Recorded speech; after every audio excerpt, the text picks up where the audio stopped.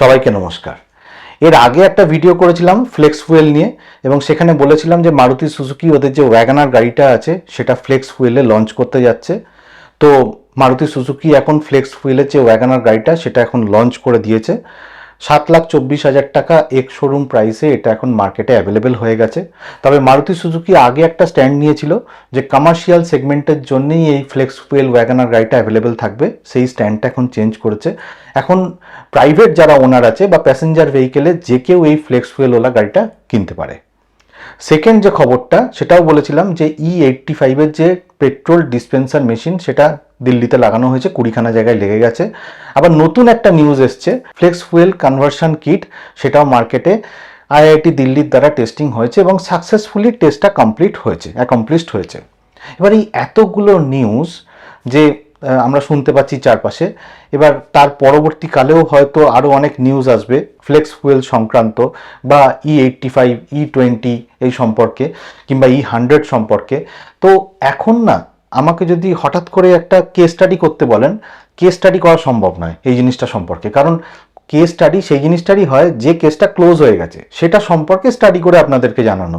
কিন্তু এখন বিভিন্ন যে তথ্যগুলো পাচ্ছি, বিভিন্ন যে ঘটনাগুলো ঘটছে সেগুলোকে কম্পাইল করে একটা রিপোর্ট বানাবার চেষ্টা করব। রিপোর্ট মানে এটা ইন্টারিম রিপোর্ট টাইপের হবে। এবার এই ইন্টারিম রিপোর্টের ফার্স্ট পার্টে থাকবে ফ্যাক্ট, মানে কি কি ঘটছে চারপাশে।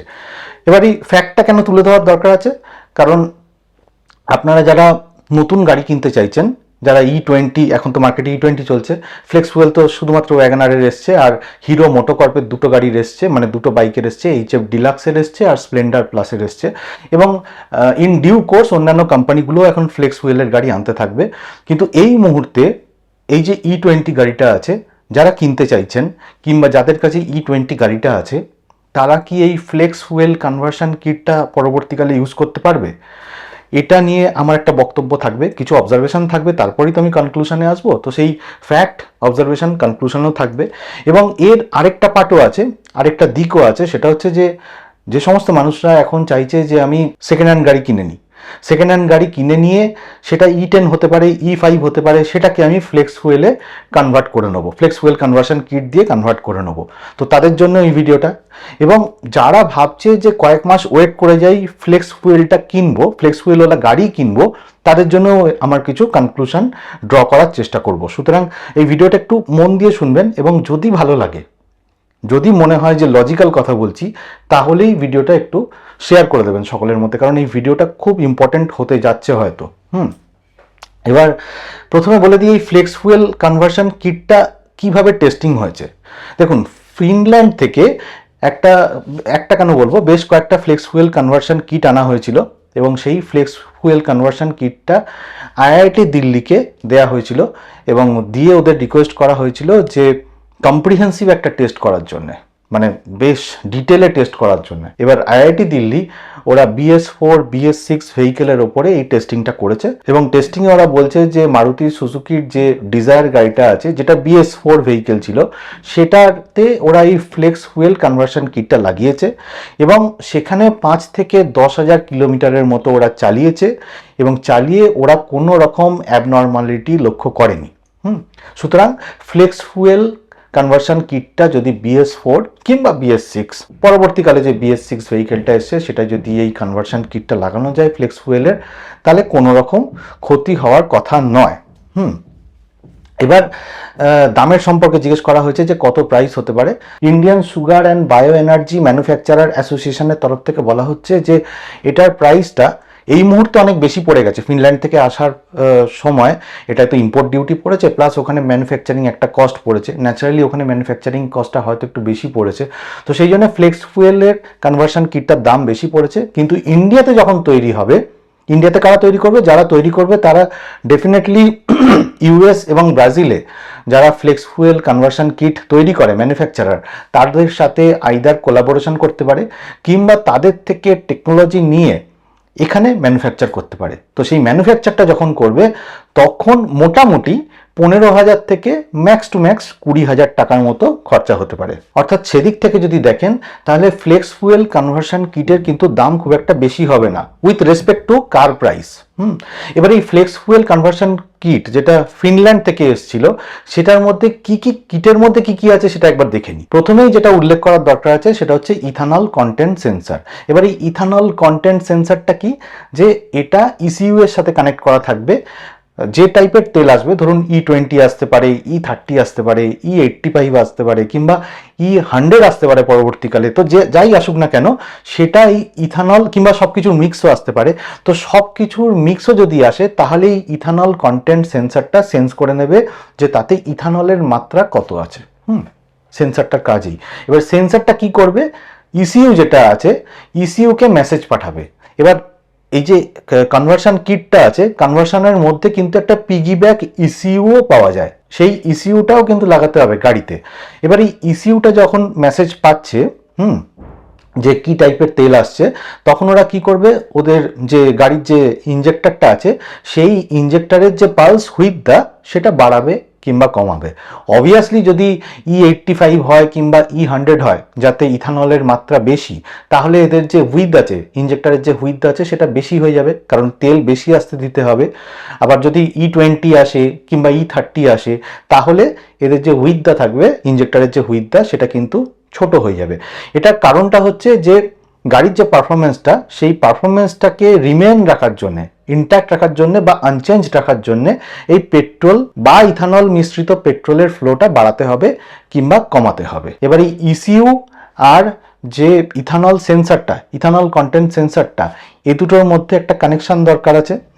তো সেই জন্য একটা অ্যাডাপ্টার লাগে কিংবা কানেক্টর লাগে, সেটাকে বলা হয় ওয়্যারিং হারনেস। এটা ডিটেলে যাচ্ছি না, জেনে রাখুন যে ওয়্যারিং হারনেসটা দিয়ে ইসিইউ এবং ইথানল সেন্সারটার মধ্যে একটা কানেক্টিভিটি করা হয়। আর কি কানেক্টিভিটি করতে হবে, ফুয়েল ইঞ্জেক্টরটার সাথে ইসিইউ এর কানেক্টিভিটি করার জন্য একটা ইঞ্জেক্টর অ্যাডাপ্টার লাগবে। এছাড়া যে ফুয়েল লাইনটা আছে সেই ফুয়েল লাইনটার সাথে ইথানল কন্টেন্ট সেন্সারের কানেকশন করানোর জন্য একটা ফুয়েল লাইন অ্যাডাপ্টার লাগবে। এছাড়া মোবাইল অ্যাপ্লিকেশন লাগবে, ক্যালিব্রেশন সফটওয়্যার লাগবে এবং ডিসপ্লে লাগবে, যেটা দিয়ে বোঝা যাবে যে কিরকম টাইপের পেট্রোল গাড়ির মধ্যে যাচ্ছে। কেবল টাইজ লাগবে, মাউন্টিং হার্ডওয়্যার লাগবে, বাইপাস মডিউল লাগবে। এবার বাইপাস মডিউলটার কাজ কি না, গাড়িতে ট্রাভেল শুটিং করার জন্য। তো এই সমস্ত জিনিসগুলো একটা ফ্লেক্স ফুয়েল কনভার্সন কিটের মধ্যে আছে, ফিনল্যান্ড থেকে আসা।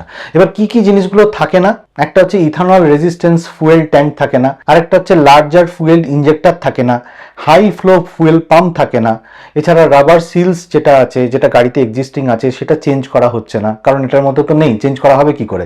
গ্যাসকেটে কোনো রকম চেঞ্জ করা হয় না। এক্সিস্টিং যে ফুয়েল হোস্টটা আছে সেটা not compatible for ethanol concentration. তো এই সমস্ত জিনিসগুলো কিন্তু চেঞ্জ করা হচ্ছে না। তো যেহেতু চেঞ্জ করা হচ্ছে না, তাহলে কি কি পসিবিলিটি হতে পারে, মানে প্রবলেমের দিক থেকে কি কি পসিবিলিটি আসতে পারে, গাড়ির যে ফুয়েল হোস আছে সেটা খারাপ হতে পারে, ড্যামেজ হতে পারে, রাবার সিল যেটা আছে সেটা ড্যামেজ হতে পারে, গ্যাসকেটটা চেঞ্জ করতে হতে পারে কারণ এটা ড্যামেজ হবে।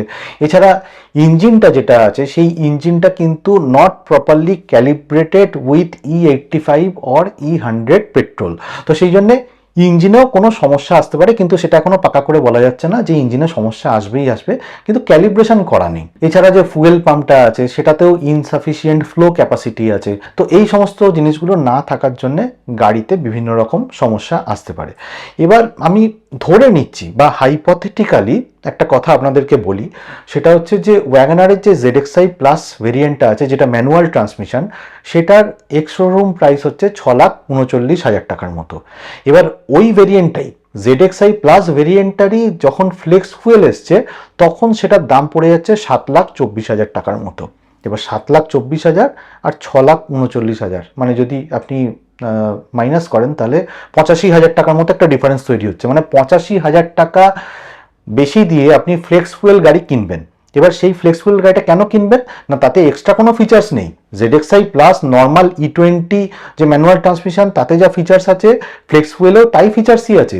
শুধুমাত্র ফ্লেক্স ফুয়েলে ইঞ্জিনে কিছু রকম ক্যালিব্রেশনে চেঞ্জ করা হয়েছে এবং ফুয়েল লাইন বা ফুয়েল পাম্প সেই সমস্ত জিনিসগুলো কিন্তু চেঞ্জ করা হয়েছে। তাহলে 85,000 টাকা কেন লাগছে?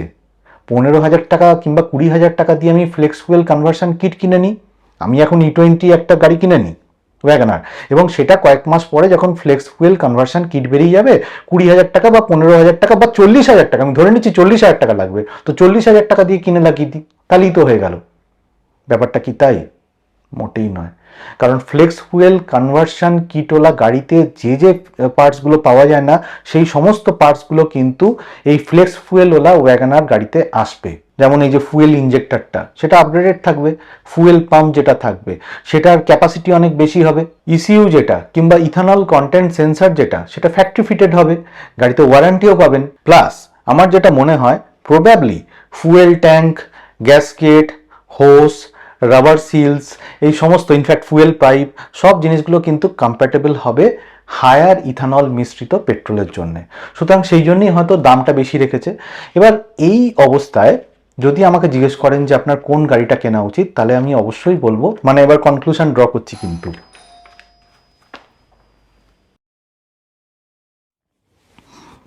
সরি, একজন এসে গেছিলেন, নিচে মিস্ত্রির কাজ করছেন আর কি। তো আমার যে বাড়িওয়ালা, তিনি ঘর ছেড়ে অন্য জায়গায় চলে গেছেন এবং চাবিটা আমাকে দিয়ে গেছে, এবং মিস্ত্রি যখন আসে তখন চাবিটা আমায় দিতে হয়, এবং যখন কাজ শেষ হয় আমাকে আবার চাবিটা দিয়ে যায়, এটা ছুটির দিনে। অন্যান্য দিনে আমাকে চাবিটা পাশের বাড়িতে একজন আন্টির বাড়িতে রেখে যেতে হয়, তিনিও পাঞ্জাবি। তো এই সমস্ত কাণ্ড কারখানা চলছে। তো আমি কি বলছিলাম আপনাদেরকে, আচ্ছা, অবজারভেশন আমার হয়ে গেছে, এবার আমি কনক্লুশনে আসি যে যারা E20 গাড়ি এখন চালাচ্ছেন, কিংবা যারা E20 কিনতে যাবেন, খুব তাড়াতাড়ি হয়তো কিনবেন, তারা কিন্তু এই E20 গাড়িতে কনভার্সন কিট এখন লাগাবেন না। এটা হচ্ছে আমার কনক্লুশন, যে ফ্লেক্স ফুয়েল কনভার্সন কিট এখন লাগাবেন না। যদি অন্য একান্তই যদি E20 না পান, তখন আপনি ভাবনা চিন্তা করবেন, কিন্তু এই মুহূর্তে E20-তে E20 ছাড়া কিছু ভরবেন না, এবং কনভার্সন কিটও লাগানোর কোনো ব্যাপার নেই। এবং E20 থাকবে বলে আমার মনে হয়। অন্যান্য E30, E50 বা E70 যাই আসুক না কেন, E85, E100 যাই আসুক না কেন, কিন্তু E20 থাকবে, এটা আমার মনে হয়। এবার সেকেন্ড হচ্ছে, যারা সেকেন্ড হ্যান্ড গাড়ি কিনবেন তারা ভাবছেন যে আমি E10 বা E5 কিনে নেবো এবং তারপরে আমি একটা ফ্লেক্স ফুয়েল কনভার্সন কিট লাগিয়ে নেবো। তাদেরকে বলি যে ফ্লেক্স ফুয়েল কনভার্সন কিট লাগালে BS4 কিংবা BS6 এর যে সমস্ত ভেহিকেলগুলো আছে সেগুলোর জন্য হয়তো এই ফ্লেক্স ফুয়েল কনভার্সন কিটটা কম্প্যাটেবল হবে, কিন্তু যে সমস্ত রাবার আইটেম, গ্যাসকেট আইটেম বা হোস আইটেম আছে, কিংবা অন্যান্য যে সমস্ত ফুয়েল পাইপ যে জিনিসগুলো আছে, সেগুলো কিন্তু একটু হলেও ড্যামেজ হওয়ার চান্স আছে। এবং ফুয়েল ট্যাঙ্ক যেটা আছে সেটাতেও তো বেশি পরিমাণে ইথানল মিশ্রিত পেট্রোল যাবে, সুতরাং ইউ নেভার নো যে সেটার কোনো ড্যামেজ হবে কি হবে না। সুতরাং ভেবে চিন্তে ডিসিশন নেবেন। এবং যদি আপনি কেনেনও পুরোনো গাড়ি এবং তাতে যদি ফ্লেক্স ফুয়েল কনভার্সন কিট লাগানো, যেটা হয়তো E10, E5, তাতে যদি ফ্লেক্স ফুয়েল কনভার্সন কিট লাগানো, তাহলেও কিন্তু আপনাকে একটা সময় ছাড়া ছাড়া কিছু কিছু পার্টস গাড়ি চেঞ্জ করতে হতে পারে। এটা আমার ধারণা, ঠিক আছে। থার্ড হচ্ছে যে আপনি ফ্লেক্স ফুয়েল গাড়ি কিনবেন কিনা। যেহেতু ফ্লেক্স ফুয়েল যে টেকনোলজিটা, সেটা ইন্ডিয়াতে ওয়াগনার অলরেডি গাড়ি লঞ্চ করে দিয়েছে। এছাড়া টাটা পাঞ্চও বলছে যে, মানে টাটা কোম্পানিও বলছে টাটার যে পাঞ্চ গাড়িটা আছে সেটা ফ্লেক্স ফুয়েলে আসবে, এবং ব্যালেনো, ফ্রান্স, ব্রেজা, এই সমস্ত গাড়িগুলোকে নিয়েও হয়তো কথাবার্তা চলছে। ফ্রান্স তো দেখেইছিলাম যে ফ্লেক্স ফুয়েলে আসতে পারে, বাকি গাড়িগুলোকে নিয়েও কিন্তু ফ্লেক্স ফুয়েল আনার কথা মারুতি ভেবে থাকবে। সুতরাং flex fuel is the future. কিন্তু ফ্লেক্স ফুয়েল আসার জন্য হয়তো E20 খতম হবে না, কিন্তু ফ্লেক্স ফুয়েলের মাইলেজটা একটা কনসার্ন হয়ে যাবে। মানে এই যে ZXi প্লাস যে ফ্লেক্স ফুয়েল গাড়িটা আছে ওয়াগনারের, সেটারও কিন্তু মাইলেজ লোকে বলছে যে 25 কিলোমিটার পার লিটার। কিন্তু কি করে 25 কিলোমিটার পার লিটার হবে? ওটার তো ফুয়েলটা এক একবার এক এক রকম দেয়া হচ্ছে, এবং এক একবার এক এক রকম দেওয়ার জন্যে ফুয়েলের যে ইঞ্জেক্টরটা সেটার হুইথতে বেড়ে যাবে, ফুয়েল বেশি কখনো চালনা করবে, কখনো ফুয়েল কম চালনা করবে। সুতরাং ফুয়েলের ইউজেজটাও তো কম বেশি হতে থাকবে। সুতরাং আপনি মাইলেজটাকে কি করে রিডিউস করবেন? সম্ভব নয়।